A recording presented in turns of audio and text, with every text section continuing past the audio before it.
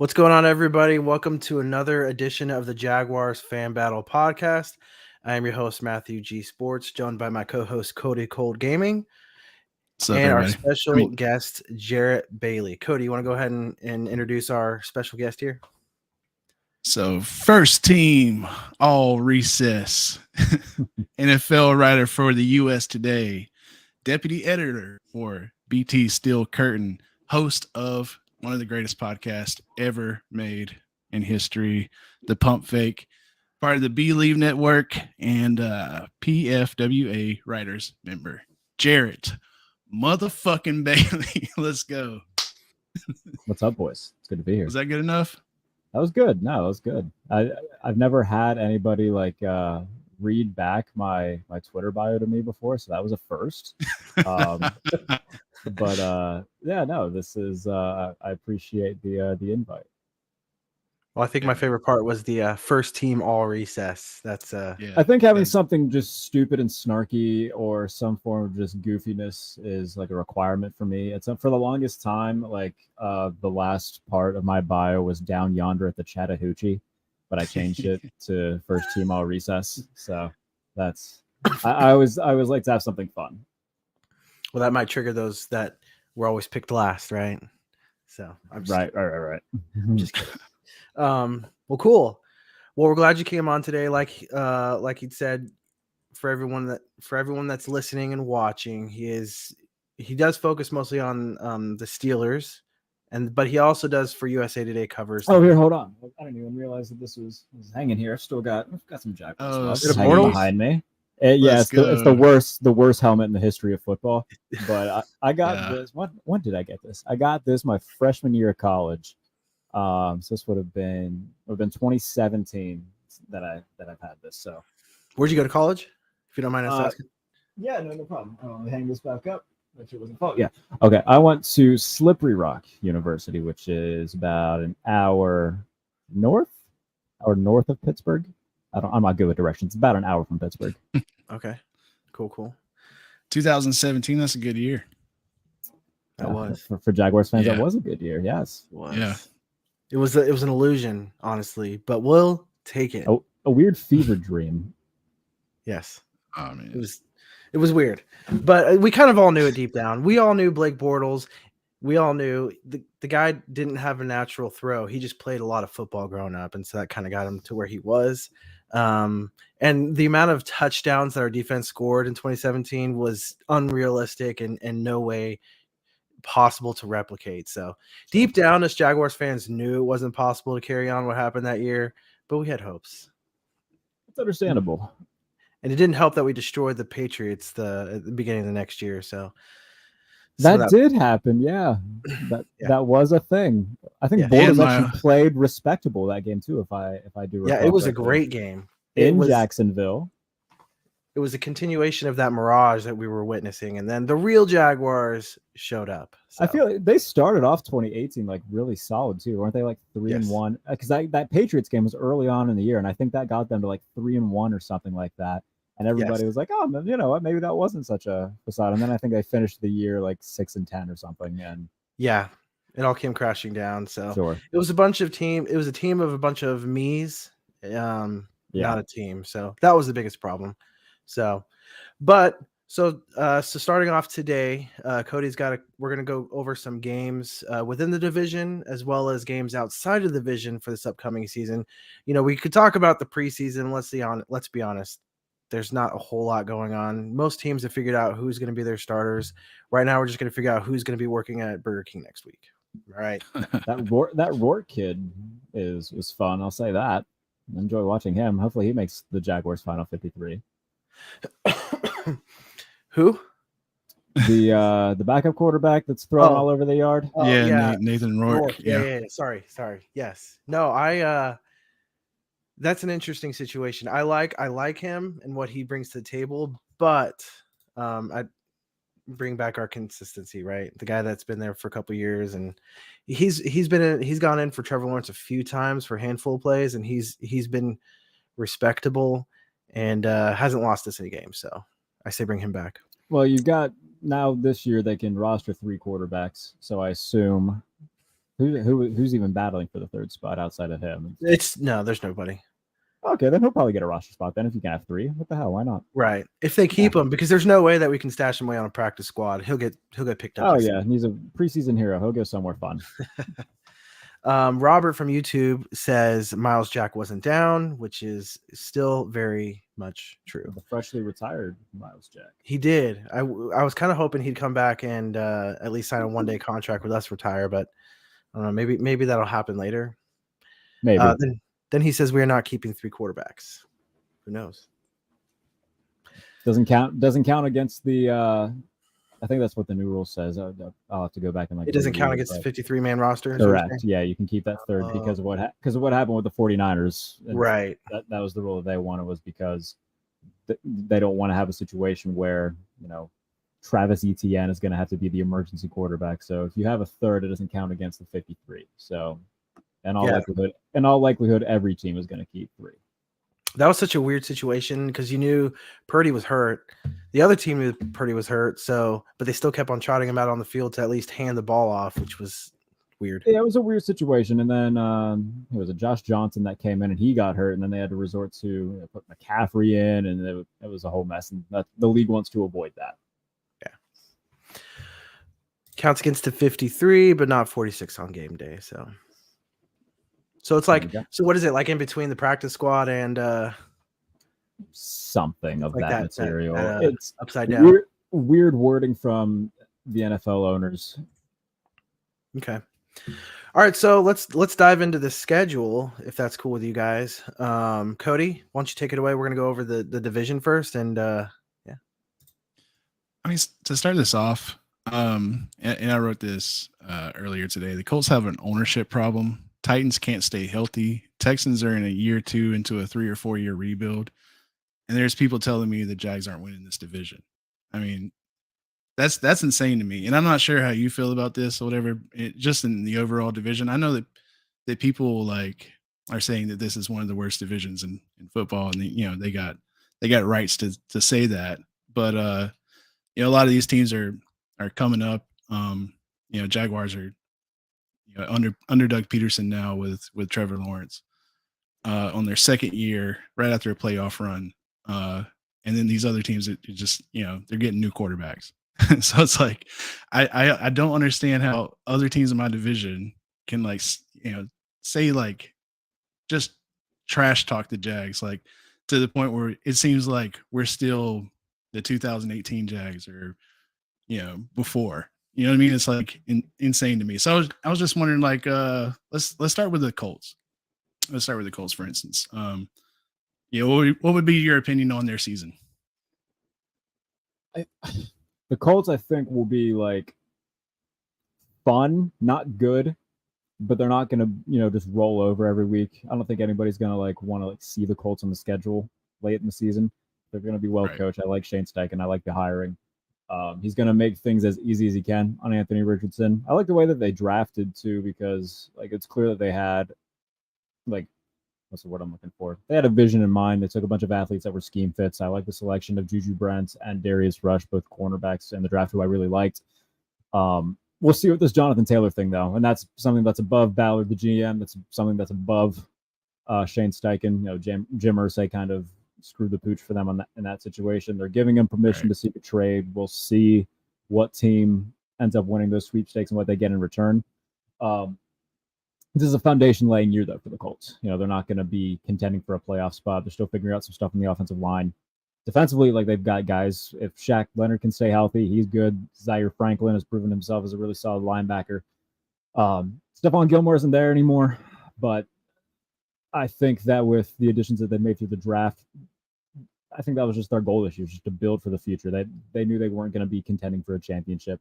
We're going to see a lot of those young guys in the secondary, and there's going to be some growing pains, especially early on in the season. So I like Richardson. If he comes anywhere close to his potential, he's an alien that we haven't seen before at quarterback. So I'm looking forward to seeing what he becomes, especially under Shane Steichen, who, we saw what he did with Jalen Hurts. I think if he can finely tune Richardson's accuracy, and that's not going to be a one-year project either.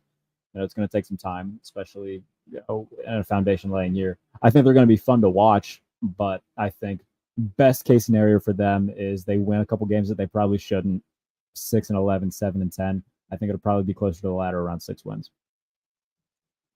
Solid answer. What kind of value would you put on oh my gosh, I feel like a fool right now. Their running back. JT? The running back. What? Jonathan Taylor. Yes, thank you, JT. What kind of value would I'm seeing across the interwebs around 6, like a second round pick, or a combination of like third and fourth. What do you think? I think it'll hover around what the McCaffrey deal was. In terms, it just depends on the team. Like if I'm the Eagles, I'm giving a next year's first round pick, because what do the Eagles need? They don't need to have a ton of draft capital. They've got their team for now and the future after this past draft. So if you're a team like Philadelphia, who is, you were this close to winning a Super Bowl last year, you lose Miles Sanders. They still got a fine collection of backs. They got Penny. They got Swift. You got Jonathan Taylor behind the best offensive line in football with AJ Brown and Devontae Smith. I'd give a first round pick as part of a package. If I'm the Eagles, other teams that could be in, like, I don't know.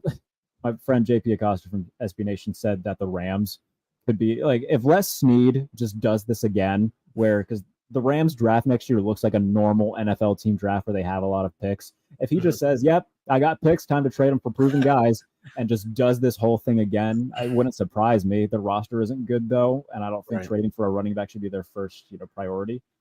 But if I'm a team like Philadelphia, I would give a first round pick as part of a package for Jonathan Taylor. If that's like a first and a third next year, and then in 2025, like a third and like a conditional fourth, something like that. I would have to look at the entire trade details for what the McCaffrey deal was. Something similar to that, where it's similar to what the 49ers were. What did the 49ers really need? They have a borderline perfect roster. They could afford to give up what they gave up for Christian McCaffrey. And I think it'll be similar for a team like Philadelphia, like Baltimore, if they wanted to make a move for Jonathan Taylor. I think Chicago is kind of an interesting team to throw in there. So there's a few teams that it makes sense.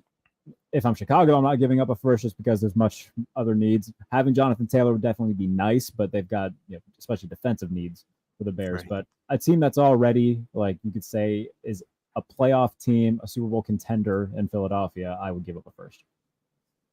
I heard Miami was front runner, or I guess a good fit possibly. I think that's a team that a lot of people are penciling in. They were doing the same thing for Dalvin Cook. It wouldn't shock me if Miami would do that. And we talked about the 49ers. The Dolphins are, monikered as 49ers South, in which, their coaching staff, the way they operate, how their offense works, would not shock me at all if they went all in and tried to get Jonathan Taylor too. In terms of a first round pick for them, maybe. I think that they still have. I would like to see them get a little bit better offensive line wise. Now, their offensive line did show improvement last year. Austin Jackson's looked a little bit better. Teron Armstead, though, is dealing with injuries again, and that's something that you worry about if you're a Dolphins fan, because without him last year, their offensive line really struggled. So that'll be something to pay attention to a little bit. I think that Miami is a good fit. It's just a matter of what they're willing to give up. Right. I can see the Eagles. Because with the Colts, from the Colts' perspective, you possibly get a first round pick, but you also get them out of the AFC, pushed over to the NFC. So, yeah. Now, conference wise, I don't think that's too much of a worry. They're not going to trade him within the division. I don't think teams worry too much about conference trades and whatnot. I mean, sure, is that nice to get him at? Sure, but I don't think that's going to be any sort of like priority. Right. Sort of changes the conversation of running back value in the NFL. I mean, they go from, them not getting paid as much as they want to be paid all of a sudden to like, they're worth all this draft capital. And then when they go to those teams, they're still going to want that bank. Well, I've written about this a lot this offseason. It's not the running back's fault that they're not getting paid. It's the teams that draft them, because you look at the best running backs in the league right now.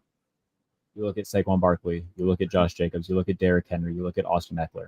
All of them went to teams that have had Saquon Barkley, for instance, drafted by the Giants in 2018 when their roster was a toilet. Mm-hmm. They had no offensive line help. They didn't really know what their quarterback of the future was going to look like. They didn't have a great defense, and they took a running back. It's not the 1980s or the 1990s where if you take a workhorse running back, you're going to have a chance at the playoffs and you can turn your franchise around. It's not going to happen. So it's bad team building and it's bad drafting. And the Raiders, they took Josh Jacobs in the first round. He led the NFL in rushing last year and didn't mean a damn thing because the rest of the roster sucks. So it's not the running back's fault. They deserve their money. They're talented enough to get paid. It's where they go. So it's not Jonathan Taylor's fault he's not getting paid. It's not his fault that he spent his prime years on a bad team. He deserves to get paid. He's talented enough to get paid. But the best role for a running back is what Christian McCaffrey is to the 49ers. And again, similar situation. Got drafted by a team who stunk with him. It didn't matter how good he was. The team stunk. But you take a great player and put him on an already great team. That's what a great running back should be in today's NFL. Another complementary piece to a good team to make them a great team. The 49ers were a good offense. You get Christian McCaffrey, you're borderline unstoppable. That's what the modern NFL running back, the modern superstar running back should be looked at. And look, Christian McCaffrey's not making a ton of money. Derrick Henry's making a lot of money. There's guys at the position that make a lot of money that are successful. In terms of Henry, like, they had that one magic carpet ride where they went to the AFC title game, but outside of that, they haven't had a ton of playoff success. And I think that's where, you got to start talking about, okay, what's the running back's value as a receiver? Because Derrick Henry doesn't really have that. And while he's great and everything, and he's single-handedly carried the Titans to any sort of playoff appearances that they've had, no one has ever looked at the Titans and said, oh, man, yeah, they can definitely win a Super Bowl. No, they can get to the playoffs, but once they run into a team with a real quarterback and a real offense, they're going to lose. So I don't blame the running backs. I blame the teams that draft them and their bad team building, and it screws these guys in terms of getting second contracts and making big money. So I laugh because if you run into Titans fans that I ran into or whatever, they claim that they do have a good quarterback and they do have good wide receivers. I mean, at the time, like the year that they went to the AFC title game, like Tannehill played really well and AJ Brown was great. And AJ Brown still is great. But the reason that their numbers were that good is because they ran play action deep balls. And they were I think at that year, AJ Brown was like third in the league in receptions of 40 plus yards downfield. Because they ran play action, everybody was stacking the box trying to stop Henry. And if you got AJ Brown downfield one-on-one, odds are he's going to win that more often than not. So I think a lot of those stats were padded because you had Derrick Henry, who everybody was worried about. That's not to discredit Ryan Tannehill or AJ Brown or anything like that, but there's context for that. So your argument almost plays into the owner's argument, right? Where you're saying a great running back, their perfect fit is complementary to a great team, right? Because a great running back coming out of college into the NFL is typically going to be on a bad team, right? And they can't carry that team, as we saw with Christian McCaffrey, right? Yeah. But when you get a quarterback coming out of college into the NFL, a lot of those quarterbacks, the great ones, can carry a team into the playoffs and maybe beyond. So I guess that's kind of what I can see where the NFL owners are coming from, where like, we want to pay you, but you're not the quarterback who's carrying our team. That's their own damn fault for drafting him. Like, right. Like if the Giants don't want to pay Saquon Barkley, and now to the credit of Joe Shen and the new Giants regime, they didn't draft Saquon Barkley. That was Dave Gettleman and his just horrid mind of trying to build a team, and he was horrible at it, and that's why he's not there anymore. So I understand where they're coming from with that. Right. But if you're one of these teams who does draft a running back and you're still the same regime who's there when their contract comes up and they've performed well and they deserve their money, and you're saying, I don't know, I mean, why would we give a running back that much money? Why the hell would you draft him in the first place then if this was the end goal? So I don't know. Well, it's a slippery slope. Especially with Saquon Barkley, right? He was there when they were horrible, and now that they got a good coach in, they got a good scheme in, it's like, hey, screw you, thanks for all your help, but now that we're good, we're going to kick you to the curb. We don't need you anymore. Where it's like, you need that complementary piece, man. The guy has proven himself, and he can keep doing it. So, and even then, like, no, but at least I don't. The Giants don't scare me whatsoever as like they're not a Super Bowl contender. Yeah. So like, even the fact that he's still there, that doesn't move the needle really for them. Does it make them like a more dangerous offense and a potential playoff team? Sure. But I think their ceiling is what we saw last year. They can beat like a more mediocre, overachieving Vikings team, but the second they run into a real threat, they're going to get their asses kicked. And we saw that multiple times. Anytime they played the Eagles and the Eagles could have been bothered to show up and cared about winning, they got destroyed. And I think that's kind of their ceiling with Daniel Jones and the way their roster is currently assembled. Couldn't agree more. All right, Cody. So the Colts, who's next? So we got pretty much covered the Titans. I mean, I feel like, it's Let me put my graphic. You talked about Derrick Henry a little bit, and that's all they really have. So let's go to the Texans. The Texans I think the Texans like sneakily could be fun. Like, you don't want to play the Texans. I think they could win. Would I be surprised if the Texans won like 8 games? No. Like, their rosters, you look at their secondary. Derek Stingley, when he was healthy last year, was good. Jalen Petrie, solid. Jimmy Ward followed. D'Amico Ryans over from San Francisco. Will Anderson looks really good. Offensively, once Howard gets healthy, that's a solid right tackle who they just paid. Laramie Tunsil's a top 3 offensive tackle in the game on the left side. Their offensive line's good. They got a good collection of running backs with Singletary and Pierce. Only thing that worries me about them is their receivers, but even then, Tank Dell looks good in the preseason. I think that they're going to be in the Marvin Harrison Jr. sweepstakes next year in terms of trying to get a real legit number 1 outside threat, because they don't really have that right now. Like, Nico Collins isn't scaring defenses, like keeping defensive coordinators. I'm no disrespect to Nico Collins, but so I like the direction that the Texans are going in. I think Bobby Slowick at offensive coordinator is going to be a good addition. D'Amico's got a good head on his shoulders, and I think he's going to be a good head coach. I think 7-10 is probably where I'm going to pencil them in at. I think they're going to be a tough out every week.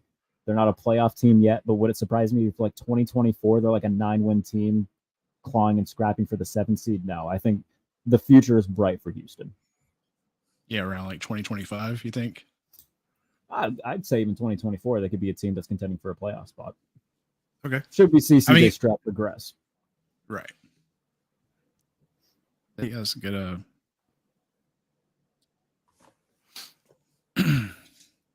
Yeah, the Texans, I don't like the Texans because they're in our division, right? But I'm also hesitant because us as a Jaguars fan, we've been there before, right? We got the shiny new coach. We had 1 billion draft picks, and we drafted a lot. We drafted high, and all these their draft scores were off the charts, and everything looked good. Then we bring in these overpriced free agents that have proven in the past, and we're like, yeah, we put all this together, and maybe we'll do well.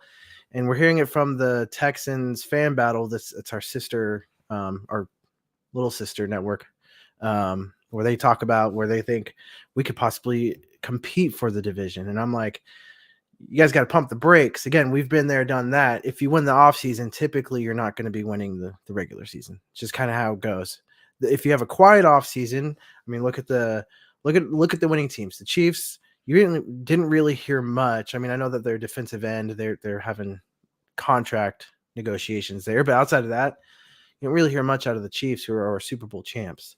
And out of the Texans, all you hear is just turnover, which I know they needed because they had so many holes on the offense, the defense, and the coaching staff that they needed to do it. But it's like you're putting the pieces in place. Like you said, give it a year or two, let them mesh, get their system in place. People figure out each other, and maybe in a couple of years, you guys will be competitive. But also, I think they suck. So.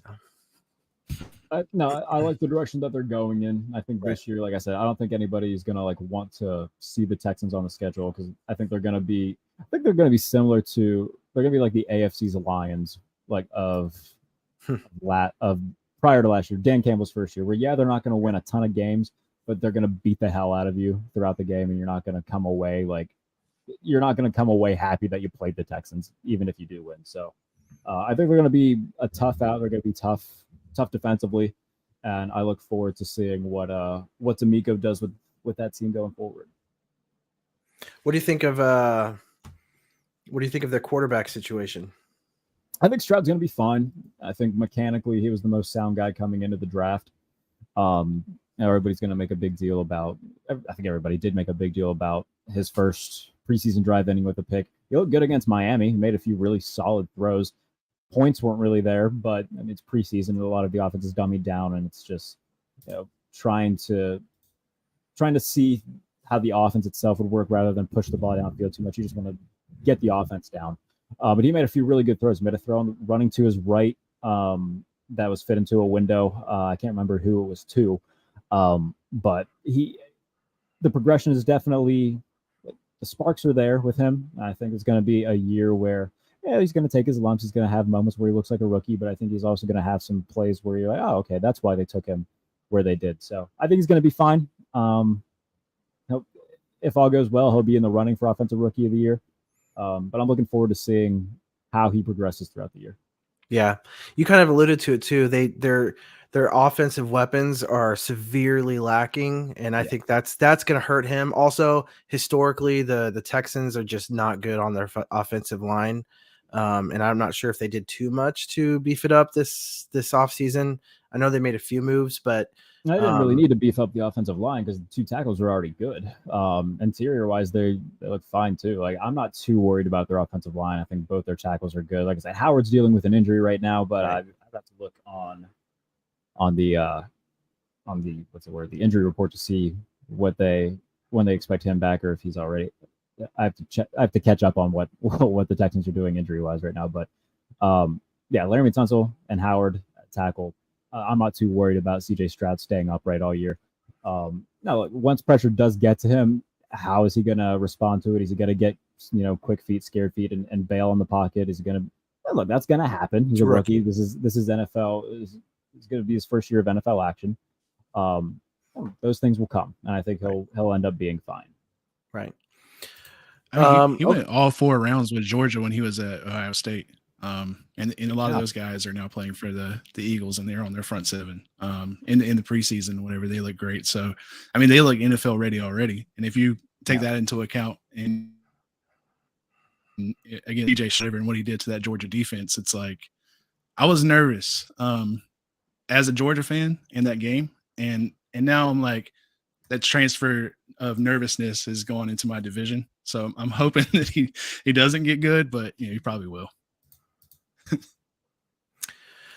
Okay, so moving outside of the division, we're closing in on the finishing line, but I wanted to go over 2 games. The first game is a game that I'll be attending myself, and that is December 4th, where the Jacksonville Jaguars play host to the Cincinnati Bengals for Monday Night Football. Now, I believe we'll be in the 12th or 13th game of the season, so we're going to kind of know who is who and kind of divvy up who the best from the least. And so going into the regular season right now, if you look at all these rankings, the power rankings, obviously the Bengals are typically pretty high, anywhere between 1 and 5. I'd say 3 and 5 probably, but the Jaguars are in the top 10 of pretty much everybody's ranking. So Monday Night Football, again, we're pretty deep into the season. We're going to know what each team is and where they're at. If both teams go in healthy, again, we're playing Monday Night Football in Jacksonville. Who do you think has the edge there? I think Cincinnati still has the edge just because their defense is so much better than Jacksonville's, at least on paper. I think the Jaguars' offense is going to be fun. Like, I think Trevor Lawrence has a very good chance of being MVP this year if we see him take another leap. And just the weapons that he has around him. But defensively, like, outside of Andre Sisco in the secondary, there's not a lot I love there. Front 7 wise, like, their linebackers I need to see more from. I think that Josh Allen's going to be fine. They brought back Dwayne Smoot, which Jaguars fans seem to be pretty excited about, which is nice. And we saw a lot of role players kind of step up late in the season last year when they were going on that late season run to win the division in the first place. So I'm not so much worried about their front 7. I just want to see somebody be kind of like that, the leader of that group, and kind of take over and establish themselves as the best player. And then secondary wise, like I said, like, Rayshawn Jenkins is a dog. He can be in my locker room whenever he wants. He's not who I want starting at safety. Like I said, Andre Sisco, he's great. But I would have liked to have seen them address that a little bit more. What was your opinion on Tyson Campbell? I think Tyson Campbell's good. I think that having him back there will be nice. Now, I will say this about the Bengals as well. They lost both Jesse Bates and Von Bell. They bring in Nick Scott from the Rams. They drafted Dax Hill in the first round last year in preparation for losing at least one of their safeties. So we'll see how their rotation of safeties looks. But look, they've got DJ Reader, who's one of the best interior defensive linemen in the league. They got Jermaine Pratt, who is quietly one of the best off-ball linebackers in the league. Sam Hubbard and Trey Hendrickson, like, they've got dudes that have made names for themselves, and they don't get a lot of shine because of the offense with Burrow and Chase and Higgins, but they are just as important to that team and their success. And I think that DJ Reader missed time last year, and then he came, especially that Titans game when he came back, he was a force. And I'm looking forward to seeing him healthy all year, and what he'll provide in terms of being that interior presence that he is. So roster wise, I think the Bengals are still better. Jacksonville does have the benefit of not just playing this game at home. I think the vast majority of their big games are played at home this year. So that's they got a nice roll of the dice there. But if both teams go in completely healthy, I'm still giving the edge to Cincinnati. Okay. No, that's fair. I'll be honest. When the schedule was released, there were 3 games that I was like, it was almost a coin flip for me. That's including my homerism. And obviously one was the Chiefs, the Bengals, and then the 49ers, just because the 49ers are just from top to bottom, they're just such a well-built team and a well-coached team. So the Bengals, I think it'll be super fun because I think we're going to have, if everyone's healthy and everything's firing on all cylinders, it'll be such a fun offensive game to watch.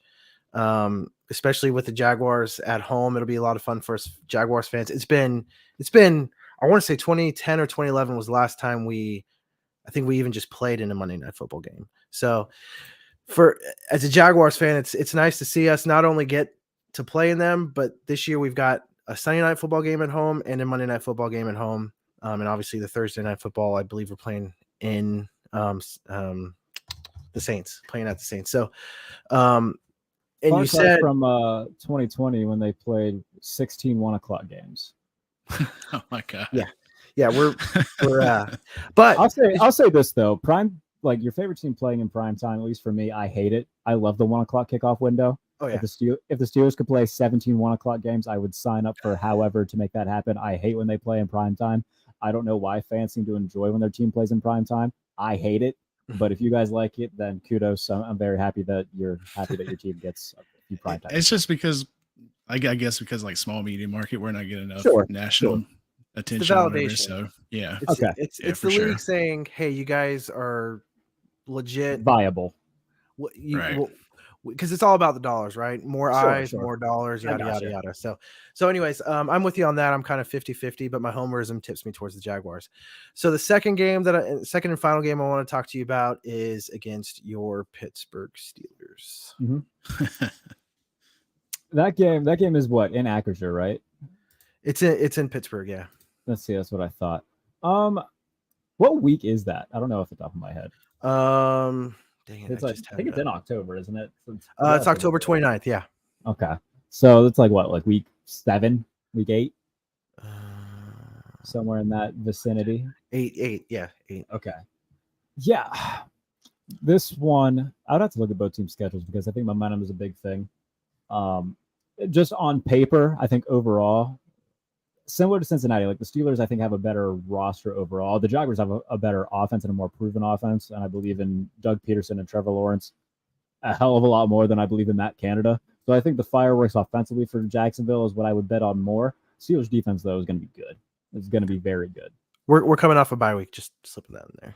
Oh, even better for Jacksonville at that point. So I mean, if I had to gun to my head pick, I'd probably lean Jacksonville.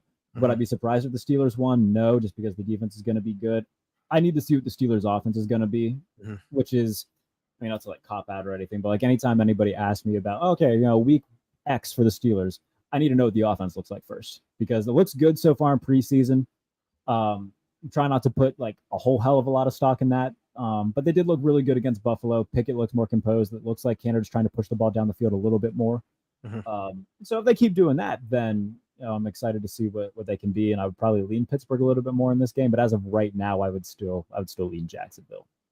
Y'all got JPJ, right?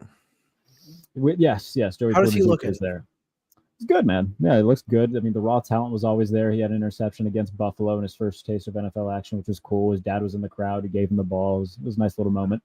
Nice. But yeah, no, he looks as advertised. Him and George Pickens had a lot of different one-on-one battles during camp, so it's an iron sharpens iron situation there, and he looks good. Nick Herbig, 4th-round pick out of Wisconsin, looks really good. Keanu Benton on the defensive line looks really good. They've got a lot of young talent balanced out with 3 All-Pros on that side of the ball, so I think the defense is going to be superb. That was if I was the GM for the Jaguars, that's who I wanted to pick up in the first round. I was kind of disappointed, but I'm glad Anton Harrison is the right pick looking back now. Just so you know, you guys are playing the Rams the week before you play us, and you're They playing traveled to Los Angeles for in your that game, LA. so Yeah, I'm not too worried about that. Like the cross country travel, yeah, that's a pain in the butt, but I don't think the Rams are going to be good. Yeah. They're going to be. I'm not too worried about that. The cross country thing is the one thing that would worry me. I personally, I would pick the Jaguars. Kind of the same reasons as you, but excuse me.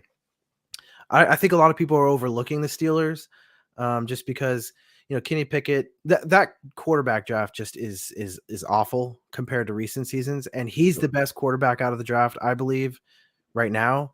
And so I think that's why a lot of people are overlooking the Steelers. But I think sneakily they have a really good team put together, and obviously with their coaching, you can't ever count them out. So yeah, I mean they got the best coach in the division, one of the best coaches in the league, a really good defense. They were 9-8 last year, went on a really nice run to finish off the year. I think they're at least a 10-win team this year. What about you, Cody? What do you think? I'm gonna say we probably take the L. We didn't win a game in October last year. Yeah, it was like 4-0. I mean 0-4. So like going up to Pittsburgh and it's cold. Yeah, a lot of these warm-blooded Florida boys are gonna probably take a loss in that environment, especially with a solid defense that y'all have. Luckily, it'll be like right before Halloween, so it's not going to be like freezing, like fall, right? Yeah, it'll still be a little bit chilly. Yeah. Cool. Well, we appreciate you coming on. Again, taking time out of your own day to spend it with us. Second pick recess goers. So, any last thoughts on the Jaguars, the Steelers, or anything else? Can I ask one more question? Oh, yeah, because you have Trevor Lawrence as your MVP pick, and I want you to just can you elaborate on that fact? Yeah, like I'm looking at their schedule, the division that they play in. Like I think they could be a sneak pick. They're like the hipster pick to be the number one seed in the AFC. I already pointed out a little bit, like the few tough games that they have, I think are all at home. I think they go to Kansas City? I think they play in Arrowhead, if I'm not mistaken. No, we're at home, I believe. Oh my, yeah, we're at home. Okay, so all of their hard games are at home, and that's nice. No, they're not going to win all of them, more than likely, but I mean, having that built-in advantage, playing in a division that's arguably the worst in football, I think that Trevor Lawrence is going to put up some really solid numbers in year 2 of Doug Peterson. You get Calvin Ridley, that duos look really good in camp.